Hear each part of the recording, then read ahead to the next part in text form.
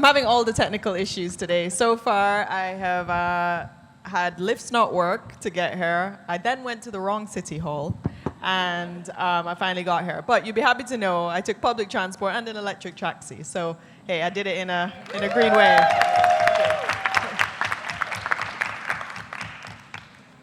So I'm Alexandra Rickham. I'm a 5-time world champion and double Paralympic medalist in sailing. And also I head up now sustainability for World Sailing, which is the international governing body of sailing.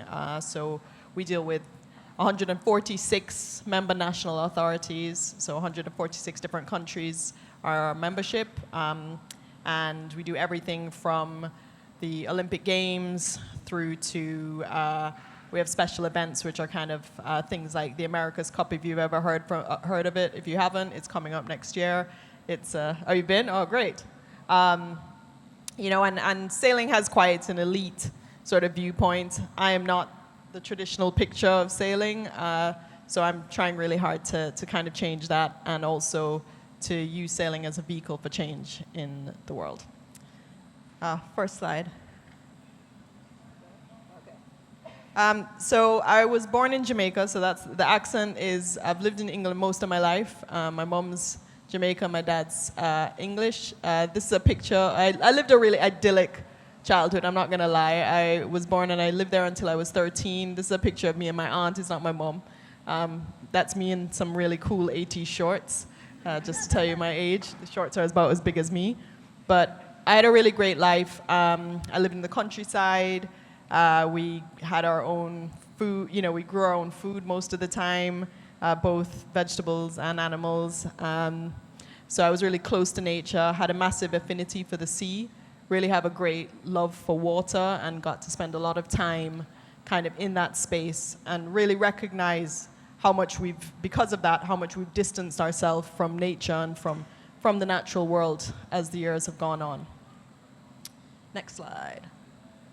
So in my climate story, I think the big thing is I had to think back, why did I end up working the sustainability space? What motivated me to kind of, to go into sort of environmental science and sustainability? And the truth was, as I've already admitted to the fact that I'm an 80s baby, there were two really key moments when I thought back. One was in 1988, the island, Jamaica, was hit by one of the biggest hurricanes that had ever entered the Caribbean, Hurricane Gilbert. And you'll see pictures on the left-hand side, and that's like the level of devastation. I think the one that really is quite impactful is the one of the plane. That's how strong the winds were. They were like up to 150 miles an hour. The entire island got flattened. And you're talking about if we weren't as mountainous as we were, that would never have happened. But I remember it really, and it was quite exciting, because at the time I was like 7, and it was like super exciting, all stuff flying through the air. But the reality afterwards, to be able to see people really struggling, to have to live without water and access to electricity and the basic needs, to not have access to fuel at times on the island, and to really see the impact of the climate and the natural world when things didn't go our way. Was hugely motivating for me. Even as a child, I suddenly realized that it was quite a critical turning point. The year after the hurricane hit, there was also another massive environmental crisis that happened, which was the Exxon Valdez tanker ran aground just off the coast of Alaska. And this was probably the most catastrophic incidents of oil released into the ocean. Probably, before, Deepwater Horizon is probably the modern day version of it. But as you can see, there's a photo of a whale that had beached, and it's covered in oil, and you can see all of the sand around is all black, and that's just oil, right? It took them forever, and even now they're seeing the impacts of this one event that happened. And I remember as a little kid just being absolutely devastated when my parents were watching the news and I'd come in to see all of these poor animals, covered in oil and dying, and basically this huge impact that we were having on a personal level on the environment. and at the time, obviously, I didn't realize that it was going to be the gateway to the rest of my life. But the truth is, looking back, that those are two things that have always stuck with me going forward. Next slide, please. So we're going to jump really quickly, but just to explain the chair and kind of how I ended up parasailing is when I was 13 years old, I went to the beach one day, dived into the water, had grown a lot because I'd been away at school, had misjudged the distance. The beach had changed in conformation. It had gotten shallower in aspects, and there was a bit of a sandbar, hadn't noticed. Just ran in as I usually had, like any stupid 13-year-old, dove into the water, and I broke my neck. And literally, I looked down, I was face down in the water, I opened my eyes, couldn't really feel anything, tried to turn over, couldn't turn over, and suddenly realized, I knew immediately. So I held my breath. My sister was also in the water. She came over, turned me over, and as soon as she turned me over, I said to her, I'm paralyzed. And from that moment onwards, actually, most people would tell you that that's it, that's the worst thing. But the truth of the matter was that actually, I've been incredibly lucky since. I have an amazing family who supported me through the rehab. I have managed to go to school. I decided that I would focus most of my education, because though I was a really sporty teenager, I would focus most of my efforts on my education, mainly because I didn't really have any role models who were disabled to look up to be able to say, okay, they have a job and I want to be able to do that. And so all of the people I knew, they'd actually gone into sport. And so I decided I wanted to go the opposite way, that I wanted to make sure that I got a decent job, that I was working, that I could give back, to feed back into the system that had looked after me. So I did that for a while, but then my competitive spirit got the better of me. And I got the offer to be able to go sailing, which I'd dibbled and dabbled in over the years and had the opportunity to do a bit of. And basically, I got trained up as a skipper, and the Royal Yachting Association put me together with this guy called Nicky Birrell, who had cerebral palsy.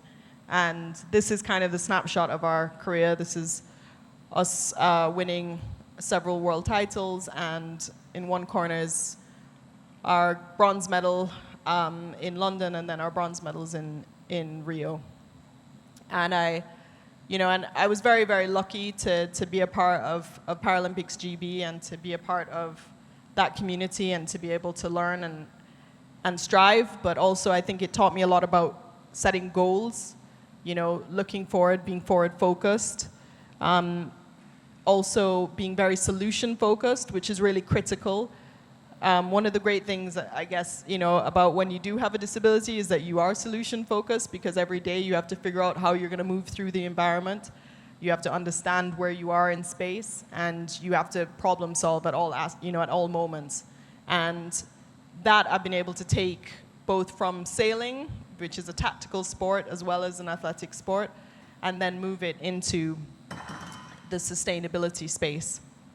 Next slide, please. So one thing that I did notice when I was competing was that each of the Olympic Games that I competed in, so I competed in Beijing, London, and Rio, that each of them had environmental issues that were associated with these sporting events. So if you look in the top corner where you can see a guard marching in front, that's the Bird's Nest, which was the famous Beijing stadium. And as you can see, you can barely see it. And it's not because it's a foggy day, that's because that's pure air pollution. The first time we landed in Beijing in May of 2008, literally we couldn't see out of the windows of the airport when we were connecting flights, because there was just, the air pollution is so thick that it looks like fog. In the bottom left corner, you'll see that green carpet that looks like it's like a golf pitch, but actually it's literally, that is algal bloom on top of what was known as mutant seaweed that turned up at the sailing venue in Qingdao in Beijing. And in the lead up to the Olympic Games, they had to remove all of that greenery. They literally had millions of fishermen and the army out in the waters hand picking out all of this because the boats weren't going to be able to race because the weed was in the way. The reason for it is that they think that it was probably to do with a seaweed farm or a nutrient farm further down the coast that had been putting excess nutrients into the water, and then the buildup managed to end up just there, just before the games. In the top corner, you can see obviously there's that cartoon, which is to do with the fact that air pollution is always a big one for the games, and that, you know, we're at the point where athletes could potentially have to start running around with masks. And then in the middle, you'll see there's a picture, and those are all what we call ribs. So, but they're coach boats, basically. And so for things like sailing, we have a lot of boats on the water that are obviously being propelled by the wind, but at the same time, you have all of the coaches who are in boats that are propelled by combustion engines. And so at the moment, what I'm working on is trying to reduce those numbers of coach boats, because you can see how many coach boats those are that are there, and that was a really big problem in London. There were a tremendous number of coach boats out on the water, and that had a really big impact in terms of us recognizing that there was an issue there. And then at the very bottom, there's a picture of Rio, which was plagued really heavily by bad water quality. Guanabara Bay, you know, clearly it was the first games in a developing nation, and this was a really critical situation because as a developing nation, you have higher concerns than the environment. You're worried about health, you're worried about people's education, you're worried about safety, crime, you know, so environment goes further and further down the list. And Guanabara Bay, basically, the water quality had, I think, something like maybe 4 sewage outputs. They got the level to being safe for people to compete, but, you know, the minute that there was rain, it was, you know, you were on the knife's edge of whether it was going to be able to happen. I have a little video, but I'm not sure if it will work if you press. Yeah. So this is, you can see their little silver things in the water. Those are all dead fish. So on one trip to Rio, basically, there'd obviously been a mass pollution event. And you can see in the distance, there's like what looks like just a reflection on the water, but that's, again, just more fish that had died. And in the lead up to, during the games on one of the first mornings at the rowing venue, they also had a similar problem where suddenly they got a warning saying that all of these fish had died, and which meant that clearly the water quality wasn't the best. So there are intrinsic issues that we face at a sporting level, but they also show us exactly what's going on in a country, whatever country we go into. Okay, next one. And not only are we seeing this at the games, more and more we're seeing the climate impacting. Hello. We're basically seeing climate impacting other aspects. Okay. This one's working now. We're seeing climate impacting other aspects. So at the moment, you know, a lot of winter sports are really struggling to get snow. They're having to use snow machines, and that's just obviously a joke that somebody put up that, you know, soon the athletes are going to have snow machines on the top of their helmets in order for them to compete and be able to go downhill. The other shot is of, I think, the Tour de France one year when they had huge fires. Down the bottom is the Rugby World Cup where they had flooding in Japan because they had excessive rain and cyclones hitting. Obviously, we have a massive problem in sport around people overheating because now, I mean, look at it. Last Sunday, it was 30 degrees in June in the UK. When have we ever seen that before? And now it's 19 degrees outside, 10-degree difference in the space of a few days.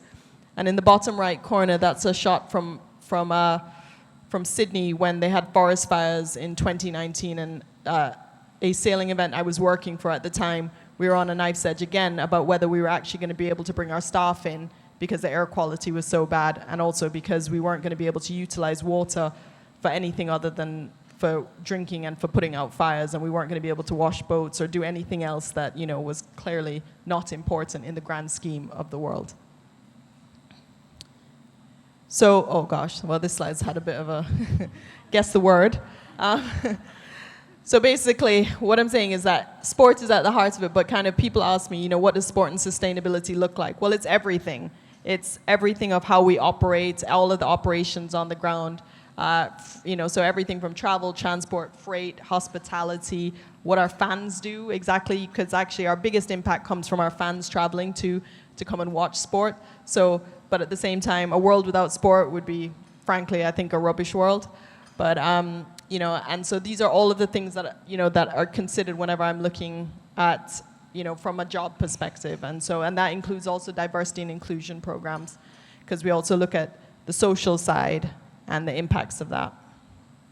Next slide, please. So what's great about sport, though, is that not only can we try and make sport better, but two, is that it has a huge reach. If you think about it, would you listen to people don't like listening to politicians, but the minute a sports person tells them to do something, they're more likely to engage, And I think using your platform is the coolest thing about sport and being able to work in it. So, as you can see, Rio Olympics, 3.6 billion viewers. Football fans, 3.5 billion fans who watch football on an average. Basketball, 2 billion fans. So these are all people that are in the network that we can access. So actually, when we're using sport, we're trying to say, how can we use that reach to make it sport for good? If we were to put a message out there and get fans to engage, just even if we were to get a few of those fans to engage, that would be a massive game changer across the world, really. Next one. So I guess the question is, how is this relevant to you? It's pretty simple. You guys are all at the axis of climate justice. Your generation will intrinsically be more affected by climate change than my generation and the generation of my parents. The main thing is to believe that you have power in what basically is fairly seamlessly, it seems like a powerless world at the moment. But the reality is that, I'm a disabled woman of color, and I feel that I have power and that I have agency. So I feel that all of you should feel that you have power. As young people and young leaders, you need to find what the entry point is for you to utilize that power. I found my entry point. I focus on sustainability through my work and through utilizing my platform, on a personal level, but you need to work that out for yourself. You need to figure out who you can influence and how you can influence. And I think a simple example of that is the fact that, you have parents, right? You're not children anymore, but the realities are that parents, the biggest motivator for parents is their children. If a child comes home, and if any of you have had the amazing ability to nag your parents to do something, it's a motivator. It makes change. The number of parents I have who tell me, I recycle only because my child won't shut up about it. The other thing is that you have the ability to motivate change within your own personal networks. People often feel that doing nothing is better than doing just a little thing. And the thing is, that's not true. Doing a little is much better than doing nothing. So I want you to figure out what your sphere of influence is and motivate change. Though we need change on a large scale, it's still viable on the smaller scale. Governments will not achieve everything that we need them to. We need to also pull our own weight. We need to try and push the boundaries to be able to make that change. We each need to set ourselves goals, and that's something I've learned from sport, but we can do that in our daily lives in terms of how we live each day. We each need to use our platform as effectively as we can. Again, it doesn't matter how big or small. Your background does not matter, because climate change is not going to differentiate and is not going to look at you for who you are. Climate change will not discriminate, though it will inherently impact those who are more vulnerable. So my call to action is, what is your climate story, now that you've heard a little bit of an excerpt of mine? And how will you use it to motivate change in the world?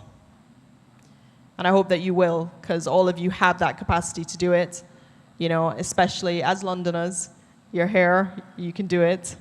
And I'm going to just share a little video, which is of athletes, but it's also them using their platform to motivate change at COP. I'm hoping it's going to work. back in 2016. I mean, not 16, 2 years ago in Glasgow. Please work. Dear leaders of the world. Dear leaders of the world. Dear leaders of the world. This summer, at the Tokyo Olympic and Paralympic Games, we as athletes chased excellence in the face of challenges. To overcome obstacles. To lead the pack. To go faster, higher, stronger. Together. Under immense pressure and adversity. We delivered. Meeting goals that others believe impossible. Tokyo and the people of Japan delivered. When many thought it impossible. Each Games seeks to deliver a lasting legacy. But how do we pass on that legacy if there isn't a safe and healthy planet to experience it? Heat, humidity and extreme weather conditions mean many of our sports are already under threat. And sport is just one part of a much greater global picture. We did our utmost this summer. And we know that when we strive to achieve our best, others come with us. Now, it's your chance to deliver. This is the race we need to win. And the speed of the race is determined by each of the participants in it. At COP26, the Olympics of climate summits, we need you to lead us. To show real ambition and courage, working together to secure the future that we all depend on. Anything less won't win this race. Over the next fortnight, we will be looking to you and supporting you. To forge the ultimate legacy. A healthy, safe Earth for all.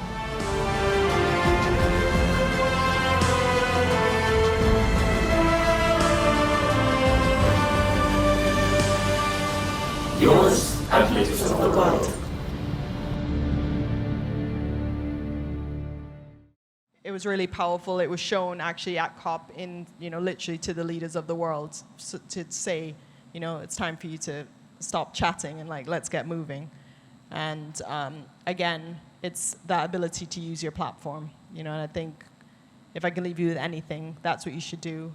And use your story to be able to motivate people, because each person here is unique, your experience is unique, and you'll always bring a different perspective which somebody else will be able to empathize with or be able to equate themselves with. And I think that that's what's really powerful about putting yourself out there and actually trying to motivate change. Thank you.